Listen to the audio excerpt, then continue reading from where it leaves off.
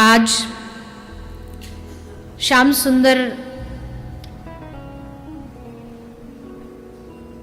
One में गौचारण के लिए आए हैं। देखो, भगवान की जो भी लीलाएं हुई हैं उन सब का अलग अलग शास्त्रों में कई बार अलग अलग भाव होता है। कोई शास्त्र कुछ और कहता है, कोई शास्त्र कुछ और कहता है। थोड़ा थोड़ा भेद होता है, ज़्यादा नहीं, पर थोड़ा थोड़ा लीलाओं में अलग अलग शास्त्रों का भाव होता है। पर इसका अर्थ ये नहीं कि वो मनगढ़ंत बातें, वो इसीलिए होता है क्योंकि हर युगों की कथा में थोड़ा भेद हो जाता है। भगवान ने एक ही बार कृष्ण अवतार नहीं लिया है, अनंत युग आते हैं, बार बार द्वापर आता और भगवान अवतार ग्रहण करते हैं, तो हर युग में थोड़ी लीला में भेद हो जाता है। इसीलिए शास्त्रों में अगर कभी आपको कोई कथा, कोई लीला कुछ अलग मिल जाए, एक ही लीला के दो भाव मिल जाएं, तो उसका अर्थ समझिएगा कि ये युग भेद के कारण ऐसा अलग भाव है। तो विवाह के भी कई सारे भाव हैं, किंतु एक भाव जो विशेषकर कहा जाता है कि जब श्री श्याम सुंदर, एक भाव तो ये भी है कि जब छोटे थे एकदम नंद बाबा की गोद में थे तब विवाह हुआ था।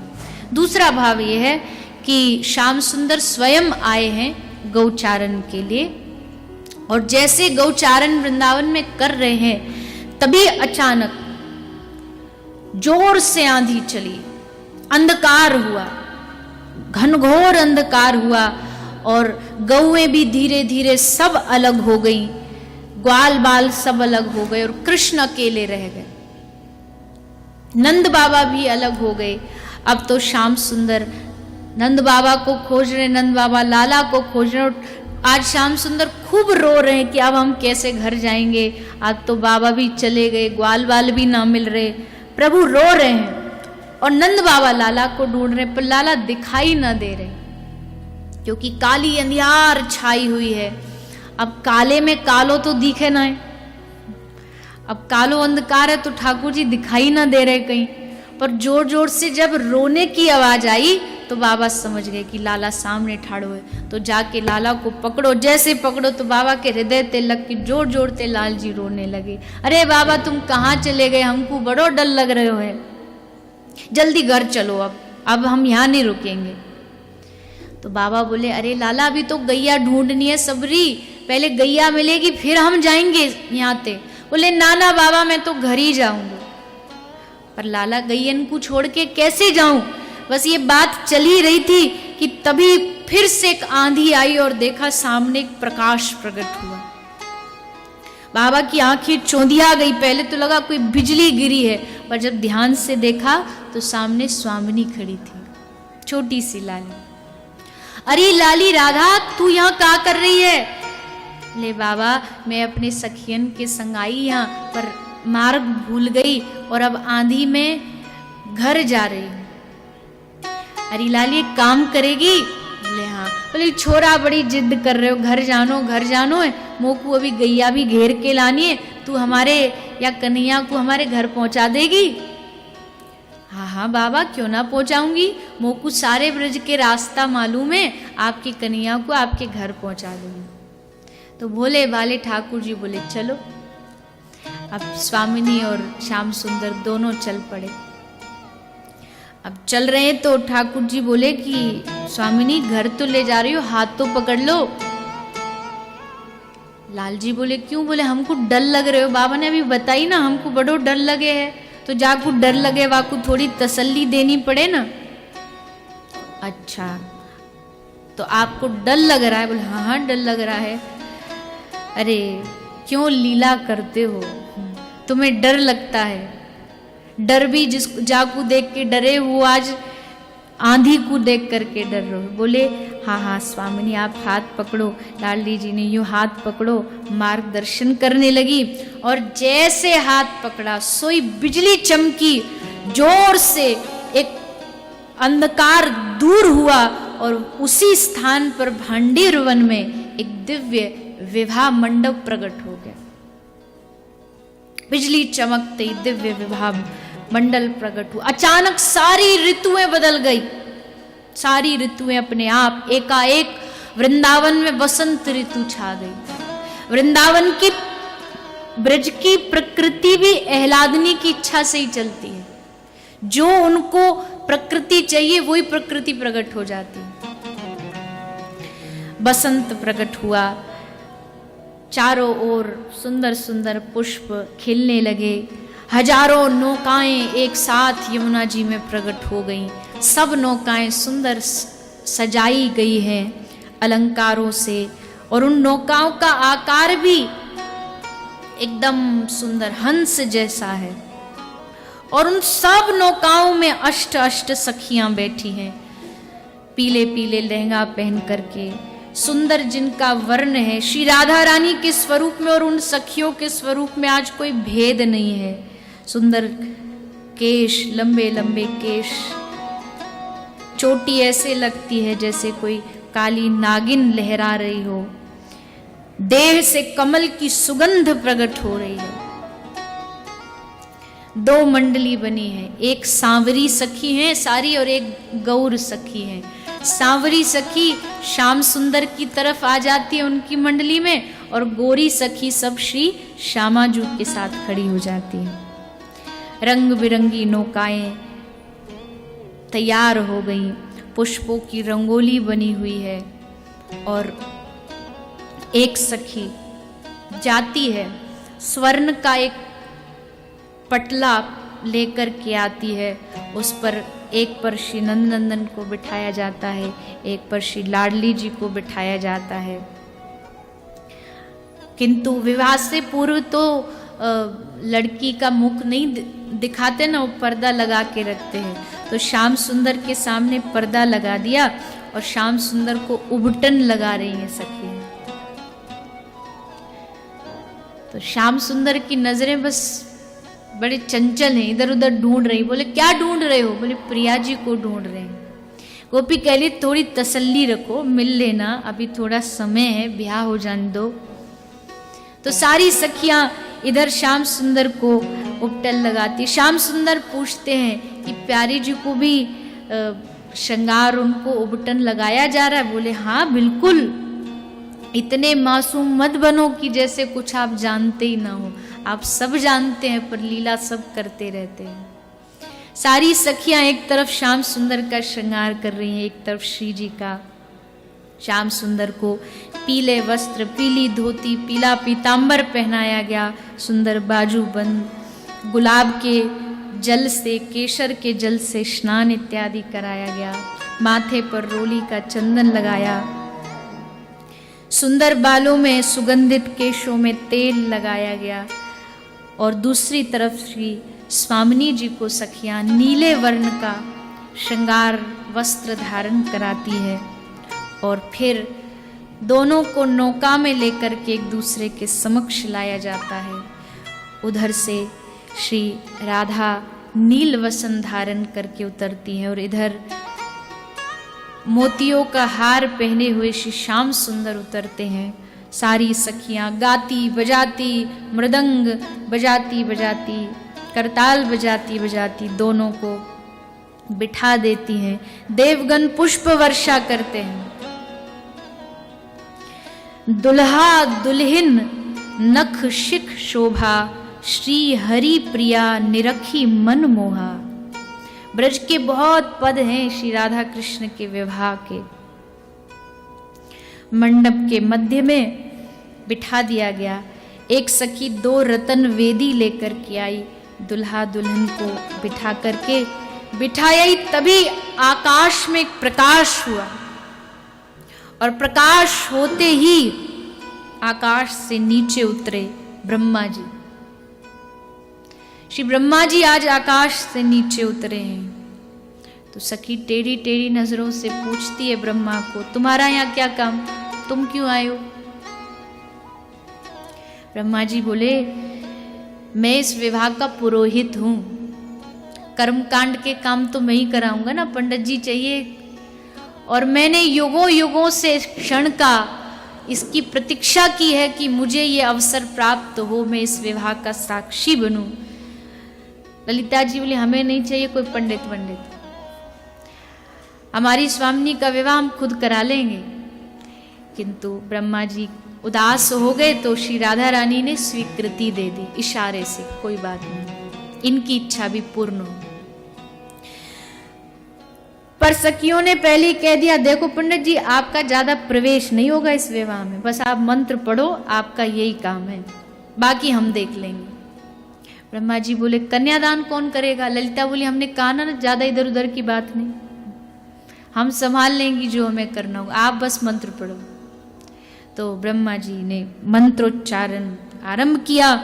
पाग पहने हुए श्री श्याम सुंदर बैठे हैं, सर पर मोर पंख धारण किया हुआ है और दूसरी तरफ चंद्रिका धारण की हुई श्री जी विराजमान है। इतना सुंदर स्वरूप भी ब्रह्मा भी देख करके मंत्र भूल गए कि कौन सा मंत्र बोले आज।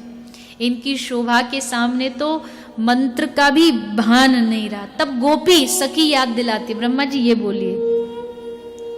तो ब्रह्मा जी फिर मंत्रोच्चारण करते हैं। गठजोर हुआ, गठजोर होता है ना, तो वो गठजोर ललिता जी ने किया और गठजोर करते करते मुस्कुराते हुए व्यंग में श्याम सुंदर से कहती है, श्याम सुंदर आज के बाद हमारी लाली को कभी छोड़ना मत।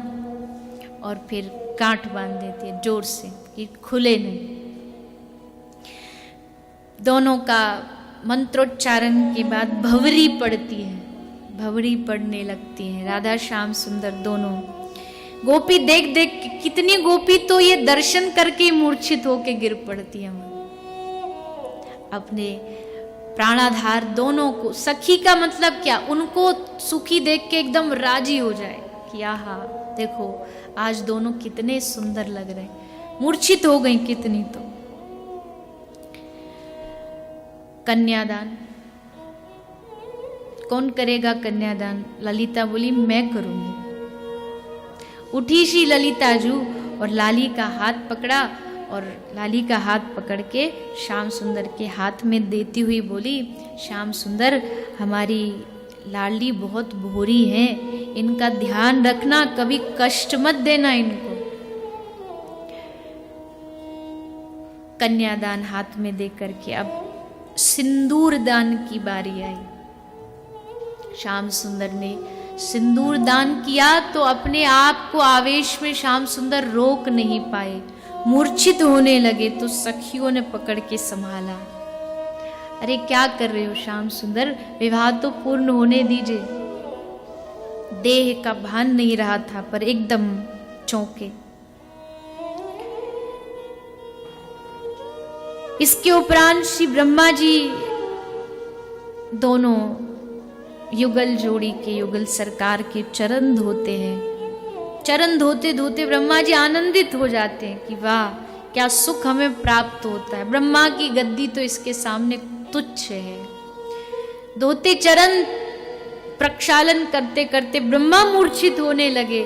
तो सखियों ने कान में कहा, ब्रह्मा जी आप अपना सुख देख रहे हो कि तुमको कितना सुख मिल रहा है, पर प्रेम में अपना सुख नहीं देखा जाता। प्रेम में तो जो प्रियतम होते हैं उनका सुख देखा जाता है, इसलिए संभालो अपने आप को। तो ब्रह्मा जी को लगा हाँ सच बात है, प्रेम तो यही है। विवाह हो गया तो सखियों ने हंसते हुए कहा, ब्रह्मा जी अब आप अपनी दक्षिणा बताइए। ब्रह्मा जी बोले हो गया विवाह संपन्न। बोले आपका काम तो संपन्न हो गया, बाकी हम देख लेंगे, आप पधारिए। आपकी जो विधि जो होनी थी वो आपने कर दी, अब हम नेह विधि निभाएंगे, जो हमारी रीति है उससे हम आनंद लेंगे। ब्रह्मा जी ने प्रणाम किया, क्या दक्षिणा में चाहिए? हे प्रभु आप युगल की भक्ति मेरे हृदय में अविचल बनी रहे, बस यही मुझे प्रदान कर दीजिए। आशीर्वाद दिया ब्रह्मा जी को। विवाह करा के अपनी सब विधि करके ब्रह्मा जी चले गए। फिर गोपियों की अपनी आनंद और अपनी रीति आरंभ हुई। तैसिए चतुर सखी चहु ओरे, गावत राग सुहाग रसाल, राधा दुल्हन दुल्हा लाल। खूब गायन करती हैं सखियां। सखियां बोलती अब चलो थोड़ा आनंद लेते हैं, थोड़ा ब्याह में, ब्रज की ब्याह में तो गारी भी चलती है ना, तो अब श्याम सुंदर को गारी देने बैठ गए। गारी भी दे रही हैं और सामने चौसर रख लिया। बड़ा प्रिय खेल है श्री राधा श्याम सुंदर का। चौसर रख लिया बीच में और दुल्हा दुल्हन बोले आज चौसर खेलेंगे। पर हारने वाले के लिए क्या और जीतने वाले के लिए क्या। तो चतुर श्याम सुंदर बोले कि देखो सखियों, अगर मैं हारा तो मैं इनका हो जाऊंगा और ये हारी तो ये मेरी हो जाएंगी। सखी बोली वाह वाह, बड़े चतुर हो, चित्त भी मेरी पट भी मेरी। सब सखियां हंसने लगी एक दूसरे के समक्ष बैठ के। सब पूरे निकुंज के पक्षी आकर के वृक्ष के ऊपर बैठ के देखे कौन जीतता है, कौन जीतता है। सब जोर जोर से आवाज लगाते, प्रिया जी की तरफ वाले हमारी श्यामा जी जीतेंगी, जो श्याम सुंदर वाले वो श्याम सुंदर की जय जयकार करते हैं। और जैसे चौसर गिरता है, अब कौन जीते देखने के लिए एकदम शांति हो जाती है चारों ओर, सब शांत बैठ जाते हैं। और जैसे देखा, सखी ध्यान भटका रही है श्याम सुंदर का, कैसे भी ध्यान भटक जाए और हमारी लाडली जी जीत जाए। कह रही है अरे श्याम सुंदर, हम तो सोचते थे आप बड़े सांवल वर्ण हो, पर आज तो आप बड़े गोरे दिख रहे हो। अरे ऐसा कौन सा उपटन, ऐसा कौन सा श्रृंगार किए हो आप। श्री जी समझ रही हैं कि ये इनका ध्यान भंग कर रही है। तो श्री जी कहती है अरे सखियो, ये सब हमारे श्याम सुंदर के साथ इनका ध्यान मत भटकाओ। सखी बोली लाली जी आज आप कुछ नहीं बोलेंगे, आज तो हमारा दिन है, हम जो चाहेंगी वो करेंगे, आप बस चुपचाप शर्मीली दुल्हन जैसी बैठ जाइए, कुछ मत बोलिए। तो श्यामा जी चुप बैठ गई। और फिर सखी सुदेवी कहती है आप तो श्याम सुंदर गोरे ही थे, पर हमने आपको काला कर दिया। श्याम सुंदर पूछते तूने कैसे काला कर दिया। बोले आप तो गोरे थे, पर ये गोपियां आपको अपने नैनों में बिठा के रखती हैं और नित्य प्रति अपने नैनों में काले काजल का श्रृंगार करती है ना, तो उनके नैनों में बैठे बैठे आप गौर से श्याम वर्ण हो गए, काले हो गए। ये वार्तालाप आपस में चल रहा है। और तभी जब चौसर गिरा और सबने देखा तो पता लगा कि श्याम सुंदर हार गए। हारना तो था ही, प्रेम रस में, श्रृंगार रस में हमेशा नायक हारता है, नायिका जीतती है। श्याम सुंदर हार गए। श्याम सुंदर ने कहा कि ठीक है अब हम इनके हो गए, यही तो शर्त थी कि हम हारेंगे तो इनके हो जाएंगे। सखी बोली ना ना ना, ऐसे काम नहीं चलेगा, दंड मिलेगा आपको। क्या दंड मिलेगा। तो एक सखी एक थाली में उसको वस्त्र से ढक कर के लाई। बोले ये हमारी प्यारी जू की कुल देवी हैं, इनको आपको प्रणाम करना है, आशीर्वाद लेना है, तब आपकी पूरा जो दंड है, शर्त है, वो पूरी होगी। अच्छा, तो श्याम सुंदर ने हाथ जोड़ा और प्रणाम किया। जैसे प्रणाम किया तो सखियों ने वस्त्र हटाया, और वस्त्र हटाया तो देखा कि उसमें श्री राधा रानी की पादुकाएं रखी थी। तो सारी सखियां आनंद में विभोर हो गई, आनंदित हो गई। देखो देखो हमारे श्याम सुंदर ने श्री जी को उनके चरणार बिंदु की जो पादुका है उनको प्रणाम किया। सारी सखियां आनंद में डूब गई। निकुंज का यही रस होता है, इसी में आनंद लेती रहती है सखी सहचरी मंजरी। उनको दूसरा कोई सुख चाहिए ही नहीं, यही सुख है उनका कि कैसे कौन सी लीला करें कि ये दोनों रीझ जाएं आपस में। बस यही उनका नित्य का काम है, सोते जागते खाते पीते सब यही कर्म है उनका। तो विवाह विधि पूरी हो गई, भोजन का समय आया, फिर भोजन की व्यवस्था आरंभ हो गई। सुंदर व्यंजन सजाए, प्रिया प्रीतम ने एक दूसरे को व्यंजन प्रदान किए, आरोगे। ये श्री राधा श्याम सुंदर की विवाह का चरित्र रसिक जन अपनी वाणी में, और देखिए इनमें से कई लीला तो ऐसी भी है जो शास्त्रों की भी नहीं है, किसी भी शास्त्र की, वो मन के एक जो भावात्मक जो भाव होता है, हृदय में जो ध्यान महापुरुष करते हैं उनका भाव है, जिस पे उन्होंने जो दर्शन किया या जो उनको अपनी भक्ति अनुसार दिखा, दर्शन हुआ, वो सब उन्होंने इन शब्दों में पिरो के रख दिया, हम जैसों को, सूखों को रस में डुबाने के लिए। तो ऐसा श्री राधा श्याम सुंदर का सुंदर विवाह उत्सव होता है।